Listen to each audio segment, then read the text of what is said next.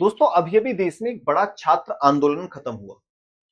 सरकार झुकी, मांगे मान ली गई और धरना समाप्त हो गया। लेकिन जैसे ही एक आग शांत हुई, सोशल मीडिया और सड़कों पर एक दूसरी आग सुलग गई। इंटरनेट पर एक नया मोर्चा खुल चुका है, आरक्षण हटाओ आंदोलन। रातों रात इंस्टाग्राम, एक्स और यूट्यूब पर 30 से 35 लाख से ज्यादा युवा एक ही झंडे के नीचे आकर खड़े हो गए। अब तो उनकी संख्या 60 से 70 लाख के आसपास पहुंच गई है साथियों।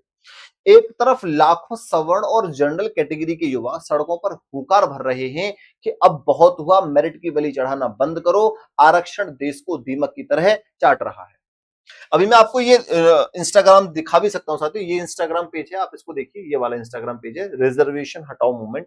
ये बना और रातों ही रात आप देखोगे एक्स पर, यूट्यूब पर और इसके इंस्टाग्राम पेज पर काफी अच्छे खासे फॉलोअर्स बढ़ रहे हैं। और ये अपनी जो बात रख रहे हैं, आप इनकी वीडियो भी सुन सकते हो, ये लोग क्या कह रहे हैं। मैं रिजर्वेशन के खिलाफ काफी सालों से लड़ाई लड़ रही हूँ। मोस्टली मैं ट्विटर पर एक्टिव रहती हूँ। रिजर्वेशन हटाओ मूवमेंट जब स्टार्ट हुआ, हमें से किसी ने भी नहीं सोचा था कि इतने लोग हमारे साथ जुड़ जाएंगे। 50 लाख से ज्यादा फॉलोअर हो चुके हैं। ठीक है, ये भी अपनी बात कह रहे हैं। अभी ये मूवमेंट आरंभ हुआ और कुछ लोग कहने लगे कि दिस इज स्टूपिड। आरक्षण हटाने को मांग करना बहुत रेडिकल है, इम्प्रैक्टिकल है। हाँ है, लेकिन किसी को तो करनी पड़ेगी। कम से कम चर्चा तो आरंभ हो। आपने ठीक है साथियों, तो इन सब चीजों पर डिटेल में चर्चा करना चाह रहा हूं। एक तरफ की बात आपने सुन ली, दूसरी तरफ से देश का आरक्षित वर्ग पलटकर तीखा हमला बोल रहा है कि आरक्षण कोई दया या खैरात नहीं, हमारी सदियों पुरानी गुलामी और सामाजिक अन्याय का हिसाब है। इसे छूने की भी हिम्मत मत करना। दोनों तरफ गुस्सा है, दोनों तरफ तीखे तर्क हैं साथियों। और सरकार पर दबाव इतना बढ़ चुका है कि राजनीति के गलियारों में हड़कंप मचा है। लेकिन साथियों रुकिए, इस आंदोलन का असली मकसद क्या है? क्या 50 लाख युवाओं का यह ऑनलाइन और ऑफलाइन प्रेशर बाकी देश से आरक्षण खत्म करवा पाएगा, या फिर यह भी हर बार की तरह राजनीति की भेंट चढ़ जाएगा? इसका फ्यूचर क्या है? इस पूरे खेल को समझने के लिए हमें आज की राजनीति छोड़नी होगी और इतिहास के उस पन्ने पर जाना होगा जहां से दुनिया में सकारात्मक भेदभाव की शुरुआत हुई थी, और वो था आपका अमेरिका। जो लोग कहते हैं कि आरक्षण, अगर मैं अमेरिका की बात करूं, सबसे पहले जो आरक्षण की बात हुई थी साथियों, वो अमेरिका से हुई थी। द ओरिजिन अमेरिकन स्लेवरी, यहां से सबसे पहले आरक्षण की बात उठी थी। उसका नाम क्या था, किस तरीके से यहां दास प्रथा थी, और वो सारी चीजें, ब्लैक एंड व्हाइट जो लोग हैं वहां के, वो सारी कहानी को समझना बहुत जरूरी है। जो लोग कहते हैं कि आरक्षण सिर्फ भारत का नाटक है और इसी वजह से भारत पीछे है, उन्हें अमेरिका का इतिहास देखना चाहिए। जैसे अंग्रेजों ने भारत को गुलाम बनाया था, ठीक वैसे ही उन्होंने अमेरिका को भी अपना उपनिवेश कॉलोनी बनाया था। अमेरिका में जमीन तो बहुत थी, लेकिन कृषि अर्थव्यवस्था को चलाने के लिए मजदूर नहीं थे।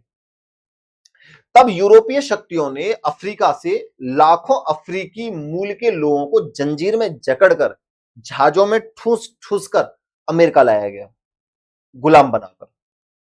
अमेरिका की पूरी इकोनॉमी, खासकर दक्षिण अमेरिका का कॉटन और तंबाकू उद्योग, भाई सबसे ज्यादा वहां कॉटन और तंबाकू का उद्योग होता है, इन्हीं ब्लैक यानी जो आपके अश्लील दासों के खून पसीनों पर खड़ा हुआ। ये दिन रात हाड़ तोड़ मेहनत करते, लेकिन इन्हें न कोई वेतन मिलता था, न कोई इंसानी अधिकार। और जब आपका ये अमेरिका आजाद होता है, आजादी के बाद संस्थागत भेदभाव, इंस्टीट्यूशनल रेसिज्म, अलग बसें, स्कूल और घर, ये बड़ी दिक्कत थी। शिक्षा और संपत्ति से पीढ़ियों को पूरी तरह वंचित रखना। मतलब आजाद होने के बाद भी अब्राहम लिंकन के समय दासता यानी स्लेवरी को खत्म किया गया, तब भी मानसिकता नहीं बदली। अमेरिका ने ब्लैक्स के लिए जिम क्रो लॉज बनाकर एक अलग दुनिया बना दी। उनके लिए बसें अलग, रेस्टोरेंट अलग और बच्चों के लिए स्कूल अलग कर दिए गए। उन्हें अच्छे इलाकों में घर नहीं खरीदने दिया जाता था, जिससे रेड लाइनिंग कहा जाता था। साथियों, नतीजा यह हुआ कि अमेरिका की अर्थव्यवस्था में ब्लैक्स कभी ऊपर उठ ही नहीं पाई। जब 1960 के दशक में सिविल राइट्स मूवमेंट्स के तहत ब्लैक्स का गुस्सा सड़कों पर आया, आप यहां देख सकते हो, सड़कों पर फूट पड़ा, तब 6 मार्च 1961 को अमेरिका के राष्ट्रपति जॉन एफ कैनेडी, ये आपके जॉन एफ कैनेडी साहब है, 1961 का ऐतिहासिक फैसला हुआ था साथियों, जिसका नाम दिया गया था अफर्मेटिव एक्शन। उन्होंने एक ऐतिहासिक आदेश दिया, एग्जीक्यूटिव ऑर्डर 10925। इसी आदेश से दुनिया में पहली बार शब्द निकला एफर्मेटिव एक्शन। अमेरिकी सरकार ने आधिकारिक रूप से स्वीकार किया कि जिन लोगों को अपने सदियों तक जंजीरों में बांधकर रखा, उन्हें केवल कानूनन न आजाद करके रेस की शुरुआती लाइन पर खड़ा कर देना बराबरी नहीं है। उन्हें आगे लाने के लिए विशेष मदद देनी होगी। जो पिछड़े हुए लोग हैं, जो बाकी में बहुत पीछे छूट चुके हैं, उन्हें आगे लाने के लिए हमें एक विशेष पुश देना होगा, जिससे वो लोग आगे आकर खड़े हों। अमेरिका को अपनी अर्थव्यवस्था और सामाजिक संतुलन को बचाने के लिए यह कदम उठाना पड़ा। अब वापस आते हैं भारत की तरफ। अब भारत के बारे में भी समझिए, अपने देश भारत पर 1947 में जब अंग्रेज भारत छोड़कर गए, तो केवल एक गरीब देश छोड़कर नहीं गए, बल्कि एक ऐसा समाज छोड़कर गए थे जो हजारों सालों से जाति के आधार पर बुरी तरह बटा हुआ था। भारत में सदियों से पूर्ण व्यवस्था और जाति प्रथा लागू थी।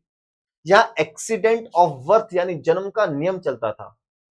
ये जो नियम है, आप जिस जाति में पैदा हुए होंगे, आपको ऐसे ही एनवायरमेंट में रहना होगा। आप जिस जाति में पैदा हो गए, आपका काम, आपका सम्मान और आपकी सामाजिक औकात जीवन भर के लिए तय हो जाती थी। एक वर्ग के पास पढ़ने, शासन करने और संपत्ति रखने का एकाधिकार था, तो दूसरे वर्ग को शिक्षा और बुनियादी इंसानी अधिकारों से दूर रखकर केवल सेवा करने के लिए मजबूर किया गया। यह सिर्फ काम का बंटवारा नहीं था, यह काम करने वाले इंसानों का बंटवारा था। बाबा साहब डॉक्टर बी.आर. अम्बेडकर ने इस दर्द को किसी किताब में नहीं पढ़ा था, उन्होंने इसे खुद जिया था बचपन में। जब वे स्कूल जाते थे तो उन्हें बाकी बच्चों से अलग कक्षा के बाहर बोरे पर बैठना पड़ता था। जब स्कूल का चपरासी ऊपर से पानी डालता था, तब वे पानी पी पाते थे। इतने अपमान के बावजूद जब वे विदेशों से पढ़ाई करके लौटे, तब भी दलित होने के कारण उन्हें रहने के लिए कमरा तक नहीं दिया गया था। साथी, बात समझ में आ रही है? आप यहां देख सकते हो, सबसे टॉप वर्ग पर अगर किसी को रखा जाता था भारत में, तो ब्राह्मण, फिर क्षत्रिय, फिर वैश्य, फिर शूद्र और फिर लास्ट में अनटचेबल, अछूत लोग। यहाँ जो आपके डॉक्टर विकास दिब्यकीर्ति हैं, उनका भी जो एक तर्क है, वो भी मैं आपको यहां बताने वाला हूं साथियों, कि यह केवल श्रम का विभाजन, डिवीजन ऑफ लेबर नहीं, बल्कि श्रमिकों का विभाजन, डिवीजन ऑफ लेबर्स था साथियों। ये चीज जानना बहुत जरूरी है आप लोगों के लिए। जब भारत का संविधान बन रहा था, तो इस ऐतिहासिक अन्याय को ठीक करने के लिए दो बड़ी सोच आपस में टकरा रही थी। एक तरफ थे आपके महात्मा गांधी, दूसरी तरफ थे आपके बी.आर. अम्बेडकर। महात्मा गांधी की जो विचारधारा थी वो क्या थी? आध्यात्मिक रास्ता, श्रवणों को हृदय परिवर्तन होगा और वे पश्चाताप करेंगे। उन्होंने बोला था कि बाद में ये पश्चाताप करेंगे और अपने परोपकार और नैतिक बदलाव का इंतजार हमें करना चाहिए। वहीं अम्बेडकर की जो विचारधारा थी वो थी कानूनी रास्ता। गांधी जी का मानना था कि श्रवणों यानी उच्च जातियों के अंदर नैतिक सुधार और पश्चाताप की भावना जगाई जाए। गांधी जी चाहते थे कि सवर्ण खुद आगे बढ़कर निचले वर्ग को गले लगाएं, यानी वे सवर्णों के हृदय परिवर्तन और दया पर भरोसा करते थे। लेकिन वहीं अम्बेडकर साहब इससे पूरी तरह असहमत थे कि मैं तुम्हारी बातों से सहमत ही नहीं हूं। उन्होंने कहा कि मैं सवर्णों के नैतिक होने और उनके हृदय परिवर्तन का इंतजार 100 साल और नहीं कर सकता। दया और दान पर टिकी व्यवस्था कभी सम्मान नहीं दे सकती। जब तक संविधान में कानूनी डंडा और पावर शेयरिंग की गारंटी नहीं होगी, तब तक समाज का निचला तबका कभी मुख्य धारा में नहीं आ सकता। संविधान सभा में महीनों तक इस पर गर्मा गर्म बहसें हुई। यहां एक बात बहुत साफ समझ लीजिए, संविधान निर्माताओं ने आरक्षण को गरीबी मिटाने की कोई योजना समझकर लागू नहीं किया था। गरीबी मिटाने के लिए राशन, रोजगार और आर्थिक मदद दी जाती है। आरक्षण का असली मकसद था प्रतिनिधित्व यानी पावर में हिस्सेदारी।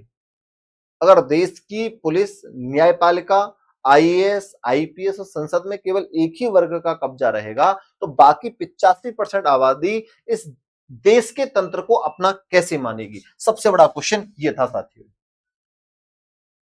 आरक्षण का असली जो मकसद था, सत्ता और प्रशासन में प्रतिनिधित्व था, रिप्रेजेंटेशन था। इसलिए संविधान के अनुच्छेद 15(4) कौन सा आर्टिकल जोड़ा गया? 15(4) जोड़ा गया और आपका आर्टिकल 16(4) जोड़ा गया। ये दो आर्टिकल वो बहुत ज्यादा इंपॉर्टेंट है।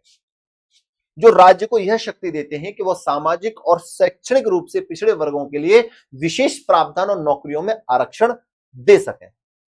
लेकिन साथियों, जैसे जैसे, अब सबसे बड़ी जो इंपॉर्टेंट बात है वो समझना बहुत जरूरी है, जैसे जैसे समय बीता देश की अदालतों और राजनीतियों में आरक्षण को लेकर बड़े मोड़ आए। 1992 का इंदिरा साहनी केस, ये बहुत इंपॉर्टेंट है साथियों, जो मैं आपको बताने वाला हूं, इंदिरा साहनी केस। ठीक है, इसको थोड़ा सा और समझिएगा साथियों। अच्छा, यहां वो है नहीं उसमें, ठीक है, मैं आपको वैसे ही बता देता हूं। जो इंदिरा साहनी केस था, जिसे मंडल केस भी कहा जाता है, भारत के इतिहास का सबसे बड़ा मोड़ साबित हुआ। इस फैसले में सुप्रीम कोर्ट ने 3 बड़ी बातें तय की। पहली, कुल आरक्षण की सीमा 50% से ज्यादा नहीं हो सकती, 50% आरक्षण तक की बात कही गई थी। दूसरा, ओबीसी यानी अन्य पिछड़ा वर्ग के लिए 27% आरक्षण को हरी झंडी दी गई थी, ओबीसी के लिए 27%। और तीसरी, ओबीसी वर्ग के अंदर क्रीमी लेयर यानी अमीर और संपन्न लोगों को आरक्षण से बाहर रखने का नियम बनाया गया। लेकिन साथियों, जैसे ही आपका 2019 आता है, सरकार ने 103वां संविधान संशोधन करके इसे 50% की सीमा वाले नियम को भी बदल दिया और आर्थिक रूप से कमजोर सामान्य वर्ग के लिए 10% ईडब्ल्यूएस आरक्षण लागू कर दिया। इस संशोधन ने पहली बार आरक्षण का आधार केवल सामाजिक न रखकर आर्थिक भी बना दिया। अब सवाल यह उठता है कि जब संविधान में इतने नियम हैं, तो फिर आज का युवा इतना गुस्से में क्यों है? और जो लोग कहते हैं कि अब समाज में भेदभाव खत्म हो चुका है, उनका क्या? चलिए इसका जवाब एक साइंटिफिक रिसर्च से लेते हैं। 2007 में थोराट और एटवल नाम के रिसर्चर्स ने कॉर्पोरेट सेक्टर की नौकरियों के लिए एक एक्सपेरिमेंट किया। उन्होंने सैकड़ों कंपनियों में 3 तरह के रिज्यूमे भेजे। तीनों रिज्यूमे में पढ़ाई जो थी, पढ़ाई, मार्क्स और एक्सपीरियंस 100% बिल्कुल सेम था, सिर्फ नाम अलग थे। एक था आपका जनरल हिंदू नाम से था, दूसरा आपका दलित हिंदू नाम से था और तीसरा आपका मुस्लिम नाम से था। प्राइवेट नौकरी में 3 समान योग्यता वाले रिज्यूमे भेजे गए, अंतर केवल नाम और जाति का था। ठीक है जी साथियों, अब समझो। नतीजा यह निकला कि समान योग्यता होने के बावजूद जनरल नाम वाले रिज्यूमे को सबसे ज्यादा इंटरव्यू कॉल्स आए, जबकि बाकी रिज्यूमों को खारिज कर दिया गया। आज भी शहरों में कमरा किराए पर लेते समय, शादी के विज्ञापनों में और सामाजिक व्यवहार में जाति का असर साफ दिखाई देता है। लेकिन अब सिक्के का दूसरा पहलू देखिए, जो आज के आंदोलन की सबसे बड़ी वजह है साथियों। तो ये आपको समझ में आ गए सारे फैक्ट्स, ठीक है जी। अब जो दूसरा पहलू है वो क्या कहता है? जब 90% नंबर लाने वाला जनरल कैटेगरी का बच्चा रिजेक्ट हो जाता है और 60% लाने वाला सिलेक्ट हो जाता है, तो उस बच्चे के मन में सिस्टम के प्रति गहरा असंतोष और निराशा भर जाती है कि एक बच्चे का 60% नंबर है, उसका सिलेक्शन हो जाता है, मैं साला 80% नंबर ले गया तब भी मेरा सिलेक्शन नहीं है। यहां सबसे बड़ा क्वेश्चन मार्क लगता है। आरक्षण व्यवस्था में आज 3 सबसे बड़ी कमियां आ चुकी हैं। सबसे पहली जो कमी है साथियों, उसको समझना बहुत जरूरी है। क्रीमी लेयर का कब्जा। आरक्षित वर्ग के ही जो परिवार 2-3 पीढ़ियों से अफसर, नेता, अमीर बन चुके हैं, आरक्षण का 80% फायदा घूम फिरकर उन्हीं के बच्चों को मिल रहा है।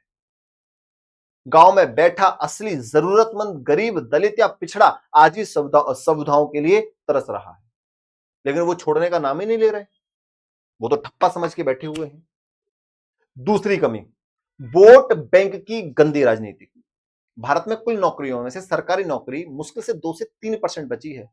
97% नौकरियां और बिजनेस प्राइवेट सेक्टर में है। देश के नेता युवाओं को इस 2% सरकारी नौकरी के टुकड़े के लिए आपस में लड़ा रहे हैं ताकि उनका वोट बैंक पक्का रहे। यह आपको समझ में आ रहा है? अच्छा, अब जो तीसरा सबसे बड़ा जो प्रॉब्लम है साथियों, वो क्या है? Psychological confirmation bias. यानी हम सब अपनी जाति के चश्मे से सच को देखते हैं। एक जनरल का बच्चा सिर्फ अपने कट ऑफ के दर्द को देखता है और आरक्षित वर्ग का बच्चा सिर्फ अपने सामाजिक दंश को देखता है। कोई भी दूसरे के दर्द को समझने को तैयार ही नहीं है, कोई नहीं। भाई अगर मैं यहां बात करूं, सबसे जो बड़ी प्रॉब्लम है, सबसे जो अहम सवाल है कि जो आंदोलन आज सोशल मीडिया और सड़कों पर खड़ा हो रहा है, इसका असली मकसद क्या है और इसका फ्यूचर क्या होगा? इस आंदोलन का मुख्य मकसद सरकार पर दबाव बनाकर आरक्षण की मौजूदा नीति में बड़े बदलाव करवाना है, जैसे जातिगत आरक्षण को हटाकर पूरी तरह से आर्थिक आधार बनना, या फिर एससी एसटी वर्ग में भी क्रीमी लेयर को कड़ाई से लागू करना। लेकिन इसका भविष्य क्या है? क्या यह आंदोलन आरक्षण को खत्म करवा पाएगा? व्यावहारिक और संवैधानिक सच्चाई है कि भारत में कोई भी सरकार, चाहे वो किसी भी पार्टी की हो, रातों रात आरक्षण को खत्म नहीं कर सकती है। ऐसा करते ही देश में एक बहुत बड़ा सामाजिक और राजनीतिक तूफान आ जाएगा, जिसे संभालना किसी भी सरकार के बस की बात ही नहीं होगी। तो फिर इसका असली फ्यूचर क्या होगा? इस आंदोलन का असर दो जगह पर दिखेगा। पहला, न्यायपालिका यानी सुप्रीम कोर्ट पर। सुप्रीम कोर्ट आने वाले समय में एससी एसटी वर्ग के अंदर सब कैटेगराइजेशन यानी उप वर्गीकरण और क्रीमी लेयर को लागू करने पर सख्त रुख अपना सकता है। दूसरा क्या है साथियों, वो समझना भी बहुत जरूरी है। अगर मैं दूसरे की बात करता हूं तो दूसरा क्या होगा साथियों? दूसरा, सरकारों को मजबूरन आरक्षित वर्गों के अंदर उन गरीबी जातियों को पहचानना पड़ेगा जिन्हें आज तक आरक्षण का 1% फायदा भी नहीं मिला है। अगर देश को वाकई इस विवाद से बाहर निकालना है तो इसका एक ही वैज्ञानिक तरीका है, चरणबद्ध तरीका। पहला चरण क्या है, ये जानना बहुत जरूरी है। और पहला चरण होगा साथियों आपका, उसको समझ लीजिए आप लोग।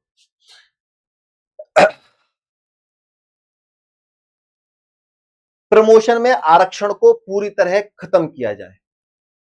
एक बार जब कोई इंसान अपनी योग्यता आरक्षण से अफसर बन गया तो आगे का प्रमोशन केवल उसके काम और मेरिट पर होना चाहिए। दूसरा चरण, आरक्षित वर्गों के अंदर क्रीमी लेयर को कड़ाई से लागू करके अमीर परिवारों को बाहर किया जाए ताकि लाभ असली गरीब तक पहुंच सके। और तीसरा और सबसे अहम चरण साथियों, देश की प्राथमिक शिक्षा का कायाकल्प। जिस दिन गांव के सरकारी स्कूल का स्तर शहर के महंगे प्राइवेट इंटरनेशनल स्कूलों के बराबर हो जाएगा, उस दिन किसी भी बच्चे को किसी कोटे या मेहरबानी की जरूरत ही नहीं पड़ेगी। आरक्षण कोई अमर रहने वाली व्यवस्था नहीं थी, यह एक अस्थायी सामाजिक इलाज था। जिस दिन हमारे समाज से जाति देखकर इंसानों की औकात आंकना बंद हो जाएगा, जिस दिन भेदभाव पूरी तरह खत्म हो जाएगा, उस दिन आरक्षण अपने आप अप्रासंगिक हो जाएगा। लेकिन जब तक समाज में असमानता है तब तक इसे बिना सोचे समझे अचानक खत्म करना देश के ताने बाने को नुकसान पहुंचा सकता है। अब फैसला आपको करना है, क्या आप इस मुद्दे को सिर्फ अपने गुस्से के चश्मे से देखेंगे या देश के इतिहास, संविधान और कड़वे सच को समझकर एक जिम्मेदार नागरिक की तरह सोचेंगे? अपनी राय कमेंट सेक्शन में तर्कों के साथ जरूर लिखें। आपकी जो भी बातें होंगी, आपके जो भी मुद्दे होंगे, आप जो भी चीजें लिखेंगे, जिस भी गांव से, जिस भी स्टेट से, मैं उस बात के उस कमेंट्स को अपनी वीडियो में जरूर शेयर करूंगा, जरूर रखूंगा और आपकी बात को जरूर उठाऊंगा अगर आपकी बात वाकई में तार्किक है। और कमेंट बॉक्स में जय हिंद जय भारत जरूर लिखिएगा साथियों। धन्यवाद।